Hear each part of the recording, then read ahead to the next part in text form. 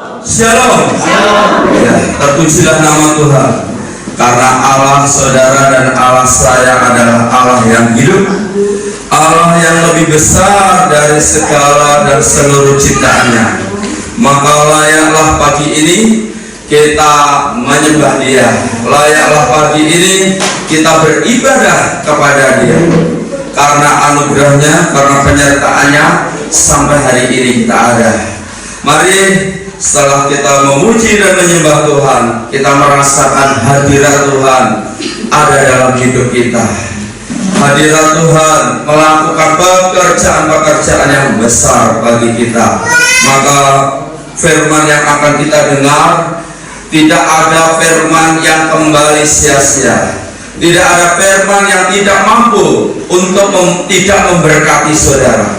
Seluruh firman ini akan melakukan dan saudara dan saya menjadi orang-orang yang menggenapi segala firman. Karena firman yang disampaikan sampai tujuan waktu Tuhan untuk memberkati saudara, dan sampai tujuan waktu Tuhan untuk menyertai dalam hidup saudara sampai akhir zaman. Mari Bapak Ibu, kita akan menikmati kehadiran Tuhan lewat firman Tuhan.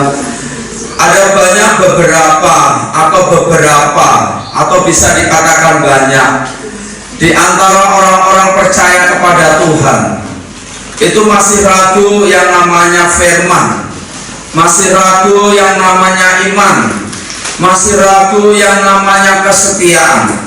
Lalu kalau iman masih diragukan, firman masih diragukan, kesetiaan Tuhan kepada saudara masih diragukan, apalagi kesetiaan saudara kepada Tuhan masih diragukan, bagaimanakah terjadi keajaiban Tuhan? Bagaimanakah akan terjadi yang namanya mujizat Tuhan? Nah, bagaimana akan terjadi ketidakmustahilan yang harusnya memang saudara dapatkan dan saudara alami? Mengapa? Nah, makanya hari ini kita akan berbicara yang namanya firman Tuhan ditambah iman, ya, terus ditambah ketaatan, itu akan menghasilkan apa? Mari kita akan mempelajari kebenaran firman Tuhan hari ini. Ya, kita akan lihat di slide. Ya, inilah tema yang saya akan berikan kepada Bapak Ibu. Firman Tuhan, iman, taat menjadi apa saudara? 1, 2, 3 mujizat. Bareng-bareng kita baca bersama. Firman Tuhan, iman, taat menjadi mujizat. Ya, terpujilah nama Tuhan. Mari kita buka bersama-sama kebenaran firman Tuhan ini. Bagaimana tentang firman itu mengatakan kepada kita apa itu iman. Nah, kita akan melihat bersama-sama ayat yang mungkin sudah tidak menjadi asing bagi orang percaya kepada Tuhan. Bahkan kalau saudara membaca firman Tuhan dari Kejadian sampai Wahyu, dalam hidup saudara pasti akan ada banyak karakter Kristus, ada banyak kekuatan untuk saudara menjalani iman di dalam Kristus Yesus.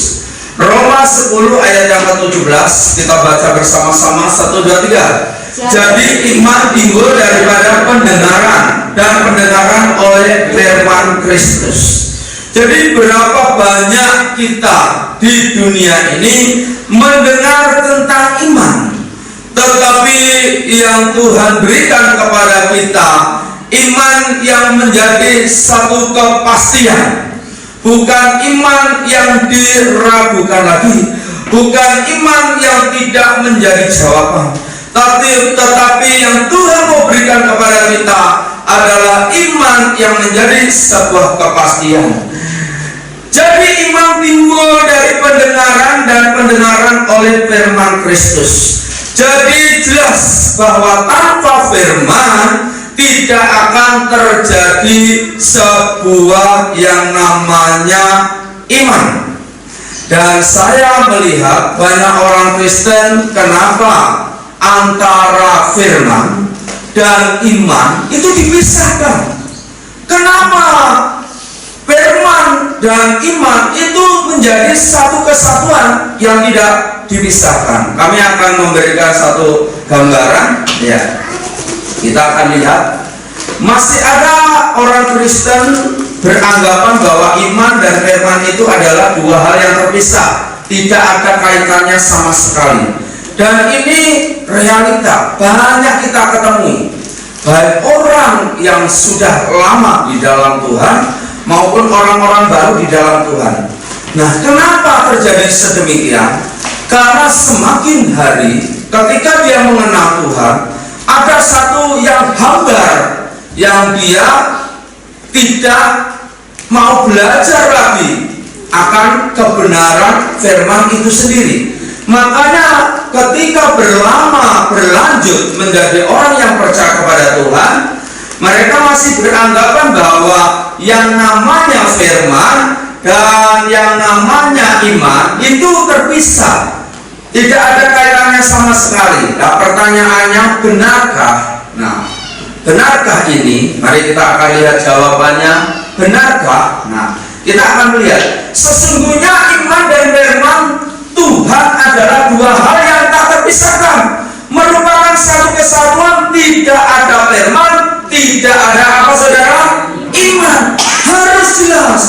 Berarti bagaimana Pak dengan sebuah keyakinan kita masing-masing? Karena keyakinan ini adalah di dalam Kristus, dan firman itu adalah firman Kristus Yesus, firman Tuhan yang berbicara kepada kita, bisa secara langsung, bisa melalui pembacaan kebenaran firman Tuhan, bisa melalui pendengaran dari khotbah-khotbah yang disampaikan dari gereja maupun gembala, ya. Dan kita melihat sesungguhnya iman dan firman Tuhan adalah dua hal yang tak terpisahkan, merupakan satu kesatuan. Tidak ada firman, tidak ada iman. Kalau saya hanya ngomong tidak bisa terpisahkan dari satu kesatuan, terus saudara saya nggak kasih pengertian tidak ada firman, tidak ada iman, maka saudara bisa terjadi iman berikutnya. Nah, kenapa iman berikutnya? Bukan beriman kepada Yesus lagi, bukan beriman kepada Tuhan lagi. Karena tanpa firman Tuhan bisa ada iman. Kalau saudara berpengertian tanpa firman Tuhan bisa ada iman, maka bisa beralih-alih iman seseorang, bisa mengimani batu menjadi Tuhan, manusia menjadi Tuhan. Tetapi yang sebetulnya Tuhan mau berkarya kepada diri manusia, dan manusia tidak boleh mencuri kemuliaan Tuhan. Kenapa manusia tidak boleh mencuri kemuliaan Tuhan? Karena ketika kita memandang diri kita sebagai Allah maupun Tuhan, maupun mengalahkan yang lain lebih daripada Yesus yang kau sembah, maka itulah yang terjadi keruntuhan iman orang percaya. Orang percaya runtuh karena dia menganggap bahwa tanpa firman ada sebuah iman, padahal tidak bisa dipisahkan dari satu yang lain. Kita akan melihat lagi sebab akibat. Nah, apakah firman yang kita dengar, firman yang disampaikan kepada kita bisa menjadi sebab akibat? Sebabnya apa? Menjadi akibat seperti apa? Jadi kalau firman ini tidak menjadi penyebab untuk engkau hidup, untuk engkau diberkati, dan firman Tuhan ini tidak menjadi penyebab bahwa Yesuslah satu-satunya juru selamat, tidak ada yang lain, maka akibatnya adalah akibat yang fatal. Tetapi jika Yesus menjadi penyebab saudara diselamatkan, dihapus dari dosa-dosa dan pelanggaran kesalahan saudara sebelum saudara berbuat sesuatu, tetapi ketika firman ini menjadi penyebab saudara dihapus dosa saudara, maka berikutnya bukan hanya berdiam diri, maka keselamatan ini harus dikerjakan. Mari Bapak Ibu kita bersama-sama 1, 2, 3. Keselamatan harus dikerjakan.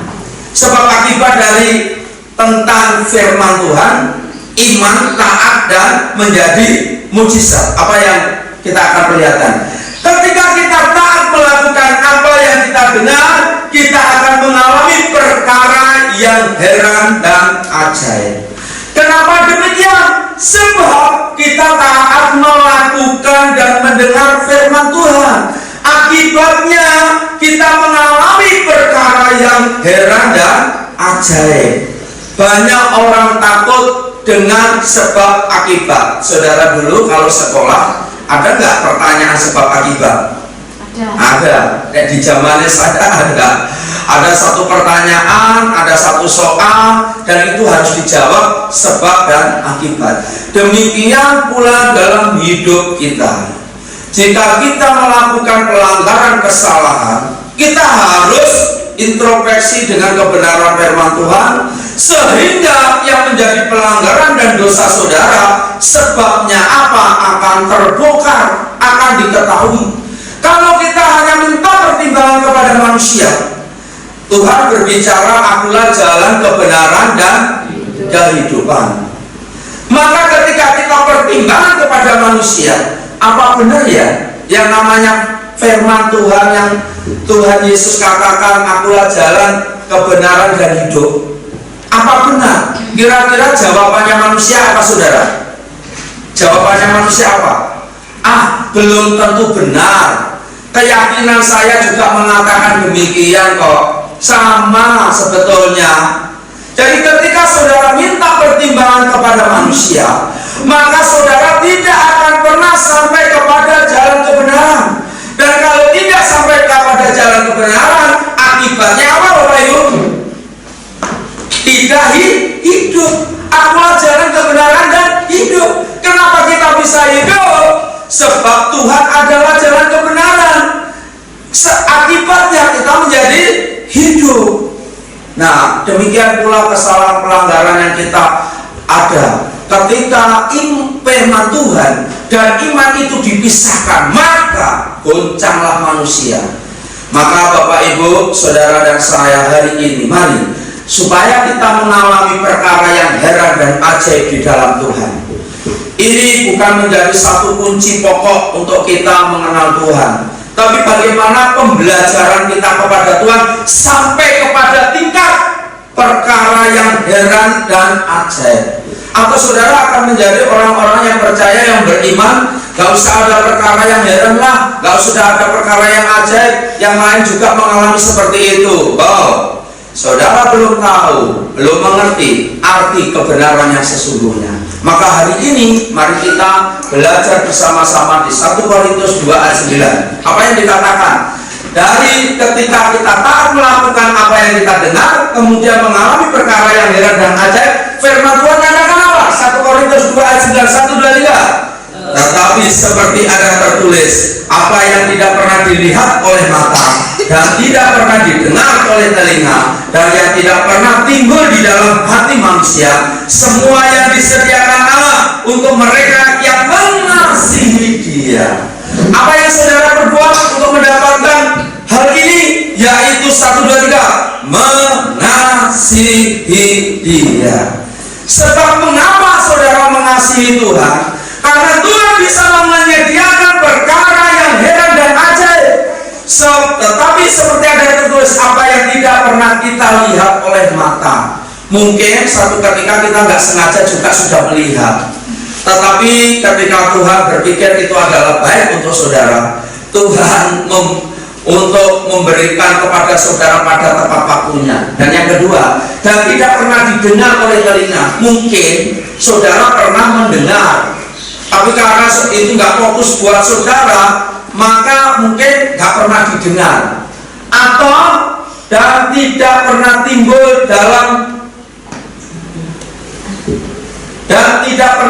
dalam hati manusia. Ya, mungkin itu pernah timbul dalam hati saudara, tapi tidak menjadi fokus. Atau memang sama sekali belum dilihat, belum didengar, dan belum timbul dalam hati manusia. Itu Tuhan bisa sediakan. Jadi jangan dipikir kalau yang kita dengar, kita lihat, terus kita timbul dalam hati nggak dijawab. Sama Bapak Ibu, yang nggak pernah timbul dalam hati saudara, nggak pernah dipandang mata aja bisa disediakan. Kenapa saudara terlalu jauh untuk memandang Tuhan? Tuhan itu dekat. Kalau orang mengatakan, kalau kita mengatakan sebagai orang percaya, Tuhan itu dekat. Seperti apa dekatnya Tuhan?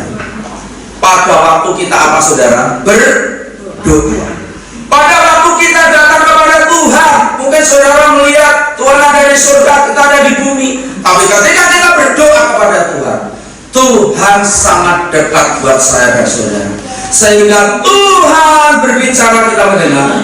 Dan ketika kita mendengar, maka kita menjadi pelaku firman Tuhan. Dan apa yang Tuhan sediakan akan terjadi. Semua yang disediakan Allah untuk mereka yang mengasihi Dia.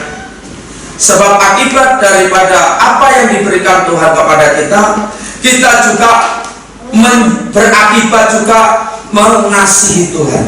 Mungkinkah manusia bisa mengasihi Tuhan tanpa Tuhan mengasihi kita dulu? Tidak akan mungkin. Banyak orang di dunia ini dengan cara-caranya untuk menghapus dosa mereka. Dia mencari nafkah, mencari rezekinya dengan cara mereka. Tetapi Tuhan kata, sia-sialah orang bangun pagi-pagi hanya menikmati apa saudara? Kopi maupun roti. Sia-sialah kalau bukan Tuhan yang membangun. Sia-sialah kekayaan kita kalau dari jerih payah manusia. Tetapi yang Tuhan butuhkan kerja keras. Kita perlu belajar. Jadi banyak orang bangun tidur hanya menikmati kopi, hanya menikmati roti. Tuhan dinomorkan sekian. Karena apa? Karena antara iman dan kehidupan jauh. Karena antara kehidupan dengan firman jauh. Sehingga tidak ada merasa ketaatan. Kenapa gereja Tuhan GSPDI Philadelphia Melosok itu mengadakan ibadah pagi setiap pagi hari jam 4 sampai jam 5 pagi, ibadah setiap hari. Mengapa harus disertai dengan pembacaan firman Tuhan? Kenapa harus mendengar firman Tuhan? Pak, apakah enggak kita menyembah aja, memuji, memuliakan nama Tuhan? Jangan-jangan saya takut saudara itu takut untuk apa saudara? Membaca. Kira-kira membaca firman sama menyembah Tuhan enak mana kalau saudara? Menyembah Pak, terus rasa angguala-kala, ngantuk-ngantuk ya isolah. Nah, kok gitu saudara? Nah, baca firman Tuhan kan kudu metenteng. Ora ketok motone kudu nganggo Alkitab. Ramono firmane cuwedane ngono gitu saudara. Terus ada yang jauh kan gitu saudara. Nah, jadi sebetulnya ada sebuah kemalasan kalau kita sendiri pada waktu datang kepada Tuhan hanya menyembah saja. Wah, mengakukan berjam-jam aku mampu Pak. Yang penting ojo kon maca firman. Wis nek aku kon maca firman iki maune ngantuk, maune ra ngantuk dadi ngantuk. Hah? Apakah sebuah seperti itu? Berarti iman saudara tidak terhubung dengan firman. Dan ketika iman tidak terhubung dengan firman, maka tidak ada sebuah ketaatan. Ya mari, yang namanya menyembah juga dibutuhkan. Katakan amin.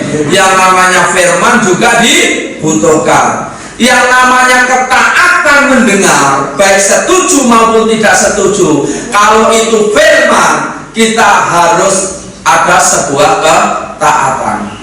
Mengapa kita diajar masing-masing itu membaca kebenaran firman Tuhan? Kenapa dituntut seperti itu? Pak, bagaimana kalau kamu nggak membaca firman Tuhan? Nah, iman saudara hari lepas hari lama semakin tidak percaya lagi apa yang dikatakan firman. Mulai imannya karena harta benda, imannya mulai karena ada warisan, imannya mulai karena pekerjaannya sudah baik, imannya mulai dan akan menjadi sebab. Kalau seperti itu akan menjadi akibat saudara tadi, yaitu fatal. Nah, oleh sebab itu hari ini kita akan melihat berikutnya, ya. Contoh, kita akan lihat contoh. Siapa yang kami contohkan? Ya. Ketika Petrus mendengar suara Tuhan, timbul iman dalam diri Petrus, sehingga ia pun turun dari perahu dan berjalan di atas air mendapatkan Yesus. Hari ini ada tokoh yang namanya Petrus. Petrus ini siapa, saudara? Murid Yesus. Kira-kira kalau murid Yesus itu menurut saudara nggak ada iman itu mustahil apa mustahil? Mustahil. Ya mustahil loh. Muridnya Tuhan Yesus, Petrus itu ya nggak mungkin loh dia nggak punya iman. Tapi nyatanya pada waktu Yesus berfirman, pada waktu dia sebelum ada contoh ini Bapak Ibu, Petrus bisa turun dari perahu dan berjalan di atas air. Kenapa Petrus pada waktu melihat Yesus langsung terkejut dan hanya kagum? Wah, bahkan dikatakan siapa saudara? Tuhan dikatakan siapa? Hantu. Wah, berarti Petrus hanya melihat bahwa yang bisa berjalan di atas air itu siapa? Hantu. Gak melihat Yesus yang membuat air itu, ya. Gak melihat Yesus bahwa dunia ini yang dijadikan Tuhan ini juga setan kuasa kegelapan ada di dalamnya. Dia nggak melihat. Nah kalau nggak ada ciptaan Tuhan, mau di mana untuk setan itu, saudara? Tetapi hari ini kita melihat bahwa Tuhan lebih baik mengasihi umatnya daripada membenarkan kuasa kegelapan setan untuk bertobat. Dan banyak orang di dunia ini, ketika ada orang yang kerasukan setan, kerasukan kuasa kegelapan, dia dengan PD-nya dia berbicara apa? Bertobat kamu tidak boleh mengganggu manusia. Nah, apakah ada kebenaran firman Tuhan untuk mempertobatkan iblis? Tidak ada. Jadi iblis harus dilenyapkan, dihancurkan di dalam nama Yesus, dan manusianya, jiwanya dibawa lagi kepada Tuhan. Jadi tidak ada untuk menghancurkan iblis itu kepada manusia. Makanya kenapa sampai dia melihat seperti itu? Karena Petrus pada waktu mendengar Tuhan bicara tidak mendengar betul-betul orang yang apa saudara? 1, 2, 3 taat. Ketidaktaatan untuk mendengar firman menyebabkan iman daripada Petrus hilang, saudara. Ayo kita lihat ayatnya, Matius 14 ayat 29. Apa yang dikatakan Matius 14 ayat 29? 1, 2, 3. Kata Yesus, datanglah. Maka Petrus turun dari perahu dan berjalan di atas air mendapatkan siapa? Yesus. Tapi bisakah dia selesai sampai menyelesaikan apa yang dikatakan Tuhan Yesus? Tidak. Di tengah perjalanan dia mulai goncang.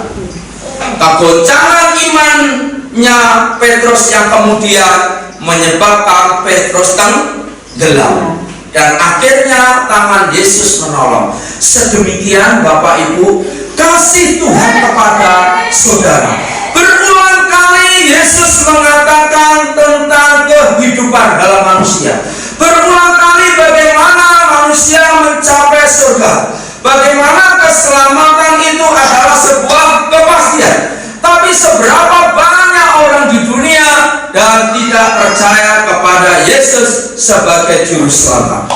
Dia hanya percaya seketika, dan pada waktu kepercayaan seketika itu maka membuat tenggelamlah seluruh kehidupan yang ada.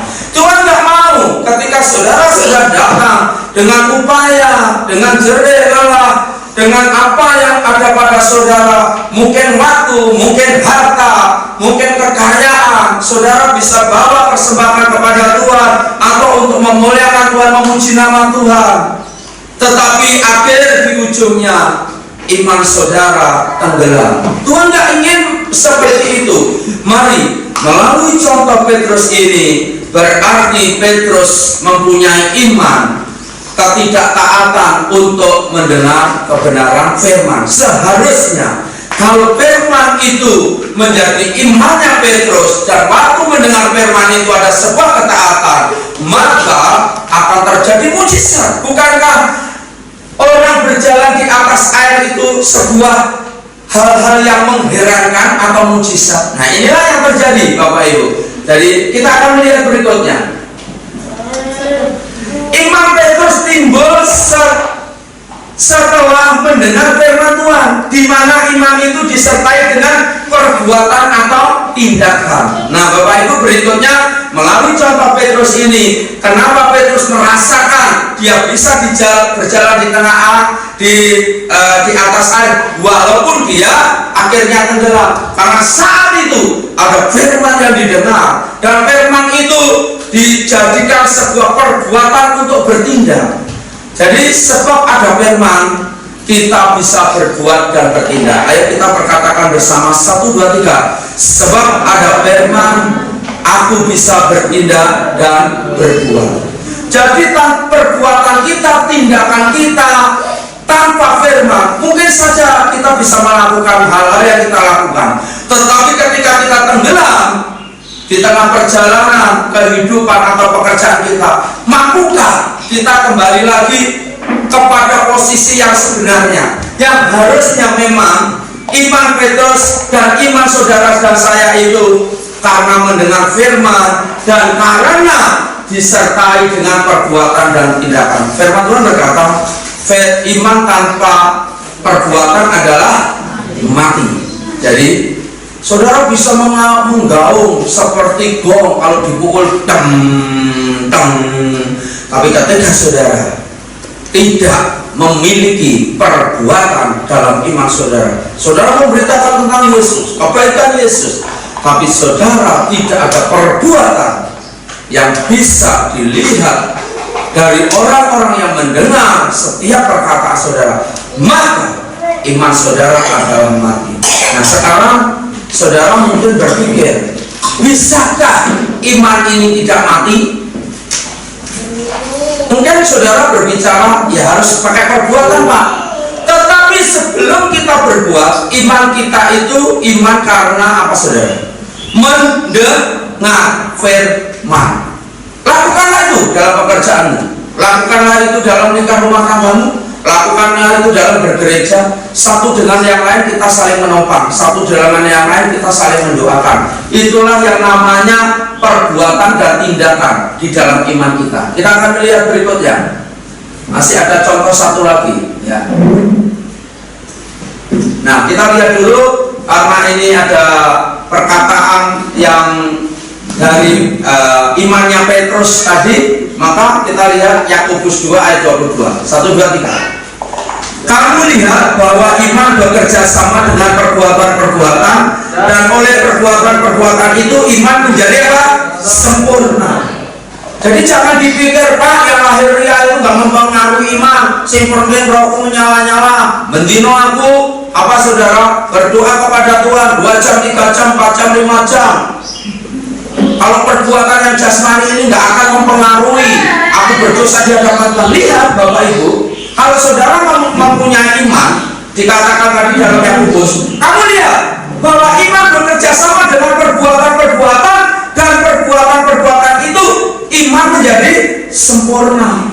Jadi kalau saudara nggak tunjukkan hanya setia kepada Tuhan, tapi nggak menunjukkan kesetiaan Tuhan itu untuk saudara bisa berbuat karena ada iman dalam hidup saudara kepada orang-orang yang belum mengenal Tuhan, bukan hanya kepada saudara yang seiman di dalam Tuhan, itu saudara tidak menunjukkan bahwa saudara adalah orang yang beriman. Orang yang beriman itu justru tidak apa, saudara, tidak hanya terpenjara dengan orang-orang yang beriman. Jadi justru orang yang beriman itu Tuhan berikan kesempatan, berikan kebebasan untuk bersama-sama dengan orang-orang yang belum memiliki iman, supaya tindakan dan perbuatan saudara, iman saudara menjadi sempurna. Nah, ini mungkin ada banyak kelemahan di saudara dan saya sebagai orang percaya. Tapi sejak hari ini kita mendengar, mungkin saudara sudah belajar untuk melakukannya, tapi belum maksimal. Mari Bapak Ibu, sudah waktunya kita nggak mencari-cari kesalahan orang lain. Kita nggak usah, sudah tidak waktunya mencari-cari, menyombongkan diri, mengangkat diri kita. Kalau hal itu terjadi, maka saudara adalah orang yang mencuri kemuliaan nama Tuhan. Ayo, ada orang bersalah, bagaimana kesalahan ini harus bisa diselesaikan? Bagaimana orang yang mempermasalahkan kita tentang iman kita selesaikan dengan baik. Nggak usah terprovokator, nggak usah berdebat di YouTube, saudara. Apa untungnya saudara berdebat di YouTube? Apa pengen subscribe yang banyak? Saudara, wah, jadi viral karena berdebat. Tuhan nggak ingin seperti itu. Dekati mereka, omong-omong, bincang-bincang. Sebetulnya apa sih yang menyebabkan saudara itu menindaklanjuti iman saya? Iman saya dikatakan iman yang tidak hidup, Allahnya Allah tiga atau lain sebagainya. Apa sih penyebabnya sebetulnya? Datangi Tuhan saudara dengan kasih, jangan dengan emosional. Banyak kita melihat perdebatan di YouTube yang tidak terselesaikan, dan itu juga tidak menjadi berkat buat orang percaya, karena ujung pangkalnya akhirnya tidak ada yang namanya kesimpulan. Ujung-ujungnya ya udah, kamu buat kamu, aku buat aku. Kenapa harus berdebat kalau kamu buat kamu, aku buat aku? Kan seperti itu Bapak Ibu. Jadi marilah kita meneladani iman yang di dalam Tuhan. Firman Tuhan mengatakan, kamu lihat bahwa iman bekerja sama dengan perbuatan, dan oleh perbuatan itu iman menjadi sempurna. Jadi perbuatan-perbuatan ini bukan hanya bicara, bukan hanya berdebat, lakukanlah. Ketika saudara dimusuhi, kasihilah apa saudara? Musuhmu. Ketika saudara dimusuhi, ampunilah dia. Selebih daripada itu, kalau ada kejahatan ingin membinasakan saudara, Tuhan Allah, Tuhan yang Maha Adil, Tuhan Allah, Tuhan yang mengasihi orang yang percaya dan setia dan taat. Dia bisa melakukan apa kepada orang jahat? Dia bisa melakukan apa kepada orang yang siapa saudara benar? Maka hari ini melalui pelajaran tentang firman Tuhan, iman dan ketaatan bisa menjadikan perbuatan-perbuatan yang heran atau mukjizat atau keajaiban. Kita akan melihat contoh satu lagi, yaitu contohnya siapa Bapak Ibu? Ya, janda sarpat yang taat kepada Elia abdi Tuhan, yang mengalami mukjizat dan perkara-perkara yang mustahil. Janda sarpat kalau dipikir siapa mereka? Dia adalah seorang janda yang memiliki beberapa anak, kemudian dia gak banyak yang namanya lumbung karena mereka mungkin disebut miskin, dan dia gak banyak beras, gak bisa beli per harinya 100.000 atau 50.000. Tetapi dia berkata, kenapa tidak? Kalau Elia ini adalah abdi Tuhan, maka Elia pasti menyampaikan kebenaran yang dari Tuhan. Hari ini saudara mendengar dari seorang gembala untuk menyampaikan firman kepada saudara.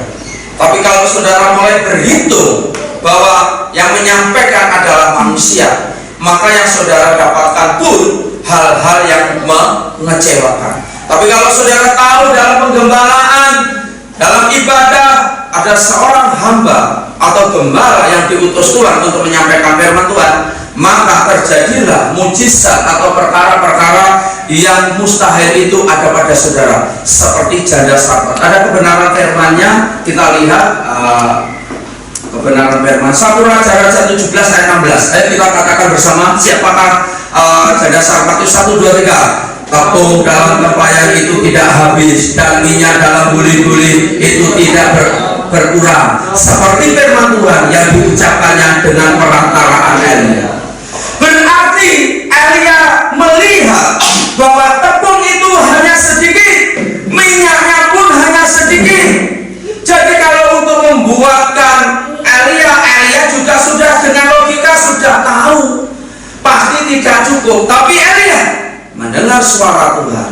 Bahkan Elia harus memberkati janda sarpat. Kalau iman kita, perbuatan kita tidak bisa memberkati orang lain, maka itu adalah iman yang mati. Maka iman daripada Elia ini memberkati seorang janda sarpat, dia malah nggak ketakutan. Loh, aku naik ke situ malah. Saudara ketakutan nggak kalau datang kepada orang yang berkekurangan? Ketakutan apa enggak, saudara?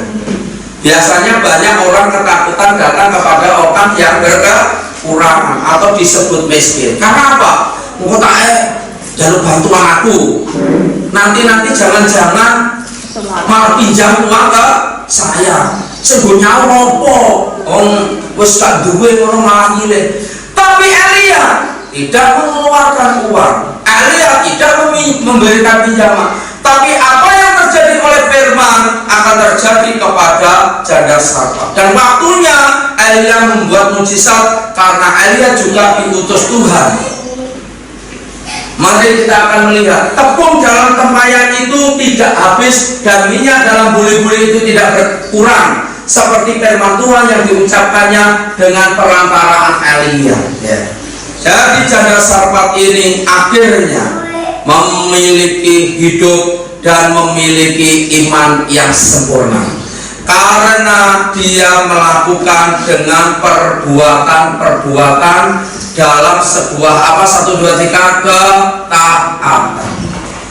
Berarti walaupun orang itu menyebut punya iman, tetapi perbuatannya nggak disertai dengan ketaatan, maka perbuatan itu hanya menonjolkan kesombongan kita.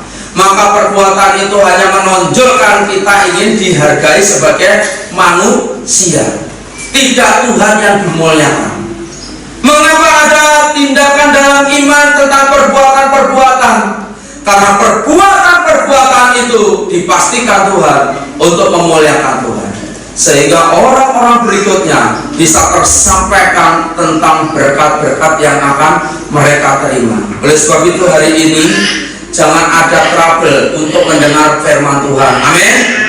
Jangan ada trouble atau masalah tentang iman saudara. Amin. Jangan ada trouble tentang ketaatan saudara. Amin. Dan pastikan dari akibat pendengaranmu akan firman Tuhan yang menimbulkan sebuah iman dan menimbulkan sebuah ketaatan, maka tanda ajaib, keheranan dan mujizat keajaiban itu akan terjadi. Amin. Kenapa harus terjadi? Karena pada waktu engkau berdoa kepada Tuhan, doa-doamu dijawab Tuhan. Tidak ada kesulitan bagi Tuhan untuk menjawab doamu. Kenapa saudara sulit untuk datang kepada Tuhan? Kenapa sulit mempercayai firman Tuhan? Kenapa sulit untuk taat? Kenapa sulit untuk beriman? Karena Tuhan paling mudah dan tidak pernah membuat kesulitan dan tidak mempersulit saudara untuk terima mujizat. Amin. Jadi kalau ini benar-benar terjadi atas hidup saudara, wow, berapa banyak kemuliaan nama Tuhan yang akan diterima buat orang-orang yang belum beriman kepada Yesus Kristus. Segala pujian hormat hanya bagi Tuhan. Kita akan melihat ending akhir dari kebenaran firman Tuhan. Ada satu kesimpulan yang kami bisa berikan kepada Bapak Ibu. Ya, mari kita akan baca bersama 1, 2, 3. Mendengar firman Tuhan, lalu timbul iman, dan kemudian taat melakukan firman yang telah didengar adalah langkah untuk mengalami mujizat dan perkara-perkara yang mustahil. Kalau saudara ingin mengalami hal-hal yang heran, ada mujizat dan hal-hal yang heran yang mustahil, mustahil. Yang mustahil itu apa artinya, saudara? Hal-hal yang tadinya kita nggak bisa dan kita nggak dapatkan, tetapi melalui ketaatan itu Tuhan memberkati saudara dan saya. Sekali lagi kita akan baca bersama 1, 2, 3. Mendengar. 1, 2, 3. Mendengar firman Tuhan, lalu timbul iman, dan kemudian taat melakukan firman yang telah didengar adalah langkah untuk mengalami mujizat dan perkara-perkara yang mustahil. Bersyukur kepada Tuhan, kita sudah mendengar firman Tuhan. Pastikan iman ada, ketaatan ada, dan perkara-perkara yang besar yang Tuhan siapkan, dari perkara yang kecil menjadi yang besar, dan Tuhan akan siapkan juga yang namanya keajaiban dan mujizat. Mari kita datang kepada Tuhan. Persilakan